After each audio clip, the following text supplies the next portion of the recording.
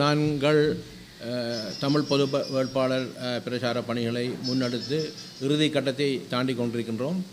இன்னும் 5 நாட்களினால் எங்கள் பிரச்சார பணிகள் நிறைவுறுகின்றது. எதிர்வருகின்ற 18ஆம் தேதி நள்ளிரவு 12 மணியுடன். தொடர்ச்சியாக இப்பொழுது என்னை பொறுத்த மட்டில் நான் யாழ்ப்பாணத்தில் இருக்கக்கூடிய பொலிகண்டியிலே அந்த நமக்கு நாமே என்ற பிரச்சார பணியை ஆரம்பித்து 8 மாவட்டங்களிலும் நாங்கள் சென்று பொத்திவிலே அதை நிறைவு செய்திருக்கின்றோம். அதைவிட இப்பொழுது பொதுக்கூட்டங்கள் கலந்துரையாடல் என்று எங்கள் தமிழ் தேசிய அரசியல் கட்சிகளைச் சேர்ந்தவர்கள், பொது அமைப்பில் இருக்கக்கூடிய 83 அமைப்புகளைச் சேர்ந்தவர்கள், எங்கள் வடகிழக்கில் இருக்கக்கூடிய 8 மாவட்டங்களிலும் அவர்களின் பிரச்சார பணிகள் தொடர்ச்சியாக கருத்தரங்குகளும் பொதுக்கூட்டங்களும் இடம்பெற்று கொண்டிருக்கின்றது. அதேவேளை எங்கள் ஆதரவாளர்கள் ஏறக்குறைய 3000 தொடக்கம் 4000 தொண்டர்கள் எல்லா மாவட்டங்களிலும் 8 மாவட்டங்களிலும் அந்த பிரச்சார பணிகளை முன்னெடுத்து வருகின்றார்கள். ஆகவே நாங்கள் எதிர்பார்த்த வாக்குகளை விட மிகவும் அதிகமான வாக்குகளை பெறுவதற்கான சந்தர்ப்பம் எங்களுக்கு வந்திருக்கின்றது என்பதை நாங்கள் பார்க்கக்கூடியதாக இருக்கின்றது. அதைவிட எங்கள் புலம்பெயர்ந்து வாழ்கின்ற உறவுகளாக இருக்கலாம், அல்லது இந்தியாவில் இருக்கக்கூடிய தமிழ்நாட்டு அரசியல்வாதிகளாக இருக்கலாம், அதைவிட தென்பகுதியில் இருக்கக்கூடிய பல்வேறுபட்ட தமிழ் பற்றாளர்கள், தமிழ் செயற்பாட்டாளர்கள், தமிழ் அரசியல் கட்சிகளைச் சேர்ந்தவர்கள் பலர் அந்த பிரச்சாரங்களிலே எங்களை வருமாறும் அழைத்திருக்கின்றார்கள். மலையகத்தை பொறுத்த மட்டும் மலையக மக்களும் எங்களுடன் உறுதுணையாக இருக்கின்றார்கள். ஆகவே இந்த பிரச்சார பணிகளை தொடர்ச்சியாக ஈடுபடுகின்ற போது சில தப்பான கருத்துக்களும் வந்து கொண்டிருக்கின்றன. அதை தெளிவுபடுத்த வேண்டிய தேவை எங்களுக்கு இருக்கின்றது. குறிப்பாக நாங்கள் தெளிவாக கூறியிருக்கின்றோம் மக்களிடம், எதிர்வருகின்ற இந்த 21ஆம் தேதி சங்கு சின்னம், அதாவது பொது வேட்பாளராக எனது பெயர் அதிலே குறிப்பிடப்பட்டிருந்தாலும், அடையாளமாக என்னை நிறுத்தப்பட்டிருந்தாலும், அதன் தேர்தல் சின்னமாக இருக்கக்கூடிய சங்கு சின்னத்துக்கு மாத்திரம் வாக்களிக்க வேண்டும், அதற்கு மாத்திரமே புள்ளடி போட வேண்டும் என்பதுதான் பொது கட்டமைப்பாக இருக்கலாம், தமிழ் தேசிய பொது கட்டமைப்பு பொது வேட்பாளராக இருக்கக்கூடிய எனது வேண்டுகோளாக இருக்கின்றது. ஆனால் சிலர் கூறுகின்ற கருத்து என்னவென்றால், சங்கு சின்னத்துக்கு வாக்களித்து விட்டு இன்னும் விரும்பிய XYZ யாராவதுக்கு வாக்களிக்கலாம் என்கின்ற விடயத்தை கூறுகின்றார்கள். அது எக்காரணம் கொண்டும் எங்களால் கூறப்படவில்லை, பொது கட்டமைப்பால் கூறப்படவில்லை. தமிழ் தேசிய பொது கட்டமைப்பு அதில் தெளிவாக இருக்கின்றது. நாங்கள் நிராகரிக்க வேண்டியது பேரினவாத சிங்கள வேட்பாளர்கள் என்பதை நாங்கள் தெளிவாக இருக்கின்றோம். ஆகவே நாங்கள் யாரையும் எங்களுடன் சேர்ந்து கோர்த்து முடிச்சு போட வேண்டிய அவசியம் இவருக்கும் இல்லை என்பதை நாங்கள் மீண்டும் மீண்டும் தெளிவாக கூறுகின்றோம். அவ்வாறான கருத்துக்கள் வருகின்றதை நாங்கள் வன்மையாக கருத்துக்களை சொல்லுகின்றவர்களையும் வன்மையாக கண்டிக்கின்றோம். அந்த கருத்துக்களை கேட்பவர்களும் மிகவும் தெளிவாக இருக்க வேண்டும். இதிலே காட்ட வேண்டிய விடயம் என்னவென்றால், தமிழ் பொது வேட்பாளருக்கு அளிக்கின்ற வாக்கு என்பது ஒட்டுமொத்த தமிழ் மக்களுக்கு அளிக்கின்ற வாக்குகளாக கருத வேண்டும்.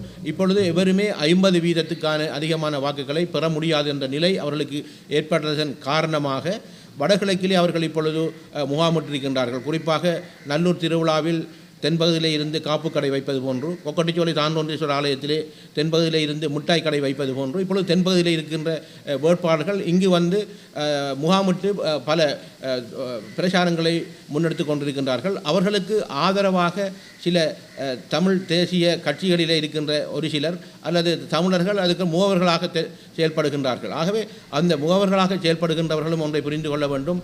இது ஒரு ஒட்டுமொத்த இனத்துக்கான ஒரு தேர்தலாக நாங்கள் இந்த தேர்தலை நடத்துகின்ற போது அதை குழப்புகின்ற விடயமாக அவர்கள் செயல்படக்கூடாது. இன்னும் இருப்பது 7 நாட்கள் இருக்கின்றது. அந்த 7 நாட்களுக்குள்ளாவது அந்த மனம் மாறி நிச்சயமாக இந்த பொது கட்டமைப்பில் இருக்கின்ற இந்த வேட்பாளர்கள் சங்கு சின்னத்துக்கு வாக்களிப்பதற்கு எல்லோரும் உறுதுணையாக வர வேண்டும் என்பதை நாங்கள் திரும்ப நாங்கள் கூறிக்கொள்ள விரும்புகின்றோம்.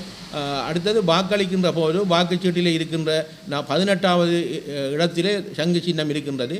அந்த சங்கு சின்னத்துக்கு மாத்திரம் ஒரு புள்ளடி போட்டுவிட்டால் போதும், அது நிச்சயமாக அது ஏற்றுக்கொள்ளப்படும். அதை விட்டு வேறு விதமான கருத்துக்களை கேட்டு அந்த வாக்குச்சீட்டை குழப்புகின்ற நடவடிக்கையிலும் பலர் ஈடுபடுகின்றார்கள். பலர் சயித் பிரேமதாசாவை ஆதரிக்கிறவர்களாக இருக்கலாம், அல்லது அன்றகுமார திசாநாயக்காவை ஆதரிக்கிறவர்களாக இருக்கலாம், அல்லது ரணில் விக்ரமசிங்கவை ஆதரிப்பவர்களாக இருக்கலாம். அவர்கள் சில விடயங்களிலே சில இடங்களிலே கூறுவதை நாங்கள் பார்த்திருக்கின்றோம். சங்கு சின்னத்திற்கு வாக்களித்து விட்டு அவர்கள் இலக்கத்தை குறிப்பிட்டு வாக்களிக்கலாம் என்று கூறுகின்றார்கள். அது நாங்கள் கூறவில்லை. உத்தியோகபூர்வமாக இந்த தமிழ் தேசிய பொது கட்டமைப்பு அவ்வாறான நிலைப்பாட்டிலே இல்லை. அவர்கள் கூறுகின்ற கருத்துக்களுக்கு நாங்கள் செவிசாய்க்கவும் தயாராக இல்லை. எனவே எல்லோரும் சங்கு சின்னத்துக்கு வாக்களிக்க வேண்டும். இருக்கின்ற இந்த 18 நாட்களுக்குள் மக்களுக்கு தெளிவுபடுத்த வேண்டிய பொறுப்பு இருக்கின்றது. இந்த தேர்தல் என்பது தனிநபரை இலக்கு வைத்து போட்டியிடுகின்றது. தென்பகுதி வேட்பாளர்கள் போட்டியிடுகின்றார்கள். தங்களை தாங்களே முதன்மைப்படுத்தி தாங்கள் ஜனாதிபதியாக வந்தால் அதை செய்வோம் இதை செய்வோம் என்று அவர்கள் கூறுகின்றார்கள். ஆனால் நான் அவ்வாறல்ல. நான் என்னை முதன்மைப்படுத்தி எக்காரணம் கொண்டும் தேர்தல் பிரச்சாரம் செய்யவில்லை. இனத்தை முதன்மைப்படுத்தித்தான் இந்த பிரச்சாரம் செய்கின்றோம். எனது வெற்றி என்பது இனத்தின் வெற்றியை தவிர எனது வெற்றி அல்ல. இதை மக்கள் புரிந்து கொள்ள வேண்டும். மக்கள் புரிந்திருக்கின்றார்கள். மக்களை குழப்புகின்றவர்கள் தான் பல்வேறுபட்ட வதந்திகளை கூறுகின்றார்கள். பல்வேறுபட்ட வேட்பாளர்களுக்கு பின்னணியில் நாங்கள் இருக்கின்றோம் அல்லது பொது கட்டமைப்பு இருக்கின்ற விடயங்களை எல்லாம் கூறி குழப்புகின்றார்கள். எவரும் குழப்ப வேண்டிய அவசியமில்லை. மூன்றாவது விடயமாக கூற வேண்டிய விடயம் என்னவென்றால், இந்த 5 நாட்களுக்கு பிறகு தேர்தல் இடம்பெறுகின்ற 21ஆம் தேதி தேர்தல் இடம்பெறும். அதற்கு முன்பு ஒரு அனாமதய துண்டு பிரசுரங்கள் எனது பேரில் கூட போடலாம் அல்லது எனது பேரில் சமூக வலைத்தளங்களிலே பலர் பிரச்சாரம் செய்யலாம். அது என்னவென்றால், அரியநேத்திரன் பாக்கிய செல்வம் அல்லது பாக்கிய செல்வம் அரியநேத்திரன் அவர்கள் இந்த தேர்தலிலே ஒருவரின் பேரை ஒரு பேரினவாத வேட்பாளரை குறிப்பிட்டு அவரை ஆதரிப்பதாக கூறியிருக்கின்றார். அல்லது அதில் இருந்து அவர் விலகிவிட்டார் அல்லது அவர் இதற்கு ஆதரவு தெரிவிக்கின்றார் என்ற வதந்திகள் வரும், பொய்கள் வரும். அதை எந்த மக்களும் நம்ப வேண்டிய அவசியமில்லை. அவ்வாறான கருத்துக்களை நான் தொடர்ச்சியாக கூறியிருக்கின்றேன். உத்தியோகபூர்வமாக எனது முகத்தை காட்டி ஊடகங்களில் அவ்வாறான கருத்துக்களுக்கு நாங்கள் விளக்கம் கொடுக்கலாம். ஆகவே இந்த துண்டு பிரசுரங்களில் வரும் கருத்துக்கள் யாரும் எனது பெயரை போட்டு இப்பொழுது AI தொழில்நுட்பம் மூலமாக எனது படத்தை போட்டு நானே கதைப்பது போன்று கூட வரலாம். அவ்வாறான தொழில்நுட்பம் இப்பொழுது மாறி இருக்கின்றது. ஆகவே இதில் ஊடகவியலாளரும் இதில் மிகவும் அவதானம் அறிக்க வேண்டும், பொதுமக்களும் அவதானம் அறிக்க வேண்டும். எக்காரணம் கொண்டு நான் ஒரு பணியை எடுத்ததாக இருந்தால் அதை முடியும் வரை அந்த இலக்கு வரையும் நாங்கள் அந்த பயணத்தில் இருக்கின்றோம். ஆகவே எவரும் குழம்ப வேண்டிய அவசியமில்லை. இன்னும் இருக்கின்ற அந்த 5 நாட்களில் பிரச்சாரங்களை செய்யுங்கள். நிச்சயமாக எல்லோரும் வாக்களியுங்கள். 22ஆம் தேதி நாங்கள் எதிர்பார்த்த வாக்குகளை விட மிகவும் அதிகப்படியான வாக்குகள் மூலம் சர்வதேசத்துக்கும் இலங்கை அரசாங்கத்துக்கும் இந்தியா நாட்டுக்கும் எமது எதிராக இருக்கின்ற எங்களுக்கு எதிராக பிரச்சாரம் செய்கின்றவர்களுக்கும் நாங்கள் ஒரு பதிலை கொடுப்போம். நிச்சயமாக மக்கள் பதில் கொடுப்பார்கள் என்று நினைக்கின்றேன். நன்றி, வணக்கம். தமிழ் தேசிய பொதுக்கட்டமைப்பு உங்களை தமிழரசு கட்சியிலிருந்து உங்களை ஒரு பொது வேட்பாளராக நடத்தியிருக்கிறது. தமிழரசு கட்சிகளே இப்போ கடந்த ஒரு சில வார காலமாக மாறி யாருக்கு வாக்களிப்பது என்பது பொருள் அவர்களுக்குள்ளேயே முரண்பாடுகள் முற்றி முதல்கள் இடம்பெற்று வருகின்றன. அதில் திருவண்ணாமலை மாவட்டம், கிளிநொச்சி மாவட்டம் தங்களை கிளைக்குழுக்கள் தமிழ் பொது வேட்பாளரை ஆதரிப்பதாக முடிவெடுத்தது. ஆனால் நேற்று மீளவும் தமிழரசு கட்சி தங்கள் முடிவில் மாற்றம் என்று சொல்லியிருக்கிறது. 15ஆம் தேதி பொதுக்கூட்டம் கொண்டிருக்கிறது. அதில் முடிவெடுக்கப்படும் என்று செய்திகள் வருகிறது. இவர்களுக்கு உங்களது கட்சிகளுக்கு நீங்கள் சொல்ல விரும்புகின்ற செய்தி? நீங்கள் கூறுகின்ற விடயமே தவறான கருத்து என்னவென்றால், இலங்கை தமிழரசு கட்சி முடிவெடுக்கவில்லை. இலங்கை தமிழரசு கட்சியில் இருக்கின்ற ஒரு சிலர் எடுத்த முடிவை தமிழரசு கட்சியாக காட்டப்படுகின்றது. அதில் தெளிவாக நீங்கள் பார்த்திருப்பீர்கள். இறுதியாக நடந்த 5 பேர் கொண்டு ஒரு ஒரு ஆலோசனை கூட்டம் இடம்பெற்றதாக அறிந்திருந்தேன். நான் ஊடகங்களில் பார்த்தேன். அதில் கலந்து கொண்ட எமது யாழ் மாவட்ட பாராளுமன்ற உறுப்பினர் நாங்கள் இலங்கை தமிழரசு கட்சியினால் பொதுச்சபையினால் தெரிவு செய்யப்பட்டு இருக்கின்ற சிவஞானம் சிறிதரன் அவர்கள் தெளிவாக கூறியிருக்கின்றார். அந்த கருத்து மிகவும் தவறானது, அவ்வாறான முடிவெடுக்கவில்லை என்ற கருத்தை கூறியிருக்கின்றார். தான் பொது வேட்பாளரை ஆதரிக்க வேண்டும் என்ற கருத்தை தான் தொடர்ச்சியாக சொல்வதாக அவர் கூறியிருக்கின்றார். ஆகவே இந்த இலங்கை தமிழரசு கட்சி என்ற பெயரை சிலர் பாவிக்கின்றார்கள். அதில் இன்னொரு விடயம் இருக்கின்றது. நீங்கள் அந்த இறுதியாக நடந்த மத்திய குழு கூட்டத்திலே முக்கியமானவர்கள் கலந்து கொள்ளவில்லை. அதில் தலைவராக இருக்கக்கூடிய மாவிசேனது ராஜ் அவர்கள் கலந்து கொள்ளவில்லை. தலைவராக தெரிவு செய்யப்பட்டு இருக்கின்ற சிவஞானம் சிறிதரன் அவர்கள் கலந்து கொள்ளவில்லை. சிரேஷ்ட உறுப்பினர்களாக இருக்கக்கூடிய ஸ்ரீநேசன் ஐயா அவர்கள் கலந்து கொள்ளவில்லை. யோகேஸ்வரன் ஐயா அவர்கள் கலந்து கொள்ளவில்லை. இவ்வாறு எங்கள் வட மாகாணத்திலேயும் கிழக்கு மாநிலத்தில் இருக்கக்கூடிய பலர் முக்கியஸ்தர்கள் கலந்து கொள்ளாமல் திடீரென்று அந்த முடிவெடுத்திருக்கின்றார்கள். அதிலே அவர்கள் கூறப்பட்ட விடயம் ஏற்கனவே என்னவென்றால், இந்த தேர்தல் விஞ்ஞாபனங்களிலே குறிப்பிட சமஷ்டி அடிப்படையிலான தீர்வை யாராவது அந்த தேர்தல் விஞ்ஞாபனத்திலே அதை சுட்டிக்காட்டி இருப்பார்களாக இருந்தால் அதை பரிசீலிப்பதற்கு தயாராக இருப்போம் என்று கூட கூறியிருந்தார்கள். ஆனால் எந்த ஒரு தேர்தல் விஞ்ஞாபனத்திலும் பிரதான வேட்பாளராக இருக்கக்கூடிய 3 வேட்பாளர்களும் எவருமே சமஷ்டி என்கின்ற சொல்லையால் அது சுயநிர்ணய உரிமை என்ற கருத்தையோ கூறவில்லை. ஆனால் அவர்கள் என்ன காரணத்துக்காக ஆதரிக்கின்றார்கள் என்று கூறவில்லை. நான் நினைக்கின்றேன், ஒரு தனிப்பட்ட குரோத காரணமாக ஒரு பொது வேட்பாளரை தோற்கடிக்க வேண்டும் என்று கூறியவர்கள் இருக்கின்றார்கள். ஆகவே தோற்கடிப்பதற்கு கருவியாக யாரை பாவித்திருக்கின்றார்கள் என்றால் சைத் பிரேமதாசாவை கருவியாக எடுத்திருக்கின்றார்கள். அந்த கருவிக்கு பின்னும் இன்னும் பல விடயங்கள் இருப்பதாக கூறப்படுகின்றது. ஆகவே நான் இந்த இலங்கை தமிழரசு கட்சி இந்த முடிவை எடுத்தது என்பதை நான் ஏற்றுக்கொள்ளவில்லை. இலங்கை தமிழரசு கட்சியில் இருக்கின்ற ஒரு சிலர் எடுத்ததாகத்தான் நான் அதை ஏற்றுக்கொள்கின்றேன். இதே நேரம் கிழக்கில் பிள்ளையான் அவர்கள் நேற்று முன்தினம் ஒரு கருத்தை முன்வைத்திருக்கின்றார். பொது வேட்பாளர் என்பது ஒரு தேவையற்ற விடயம். கிழக்கிலே அம்பாறைக்கும் மட்டக்களப்புக்கும் ஒரு அமைச்சு பதவி 2 அமைச்சு பதவிகள் எடுக்க வேண்டும், அதுதான் எங்களுக்கு தேவை, அதுக்காகவே நாங்கள் வேலை செய்ய வேண்டும் என்று சொல்லி ஒரு கருத்தை இதை நீங்கள் கிழக்கு மாகாண மகன் என்ற வகையில் நீங்கள் இதை எவ்வாறு? இல்லை, அவர் அது மாற்றம் சொல்லவில்லை. இது யாழ்ப்பாணத்தாக்கு பின்னால் செல்லக்கூடாதுன்னு சொல்லியிருக்கிறார். நான் பார்த்தேன். இதில் என்ன பிரச்சனை என்றால் அவருக்கு யாழ்ப்பாணத்தாக்கள் தான் முகவரி கொடுத்தது.